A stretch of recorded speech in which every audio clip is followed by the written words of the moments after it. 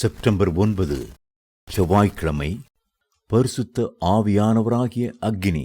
பூமியின் மேல் அக்கினியை போட வந்தேன், அது இப்பொழுதே பற்றி எரிய வேண்டுமென்று விரும்புகிறேன். லூக்கா 12:49. வேதத்தில் பல இடங்களில் பரிசுத்த ஆவியானவர் அக்கினிக்கு ஒப்பிடப்பட்டிருப்பதை நாம் வாசிக்கலாம்.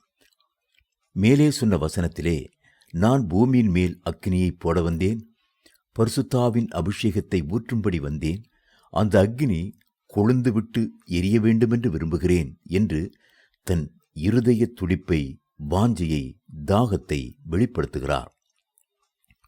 இயேசு கிறிஸ்து பாவிகளை இரட்சிக்க வந்தார் என்பதும், இழந்து போனதை தேடும்படி வந்தார் என்பதும், பிசாசின் கிரியைகளை அழிக்கும்படி உலகத்திற்கு வந்தார் என்பதும் நம் எல்லாருக்கும் தெரியும்.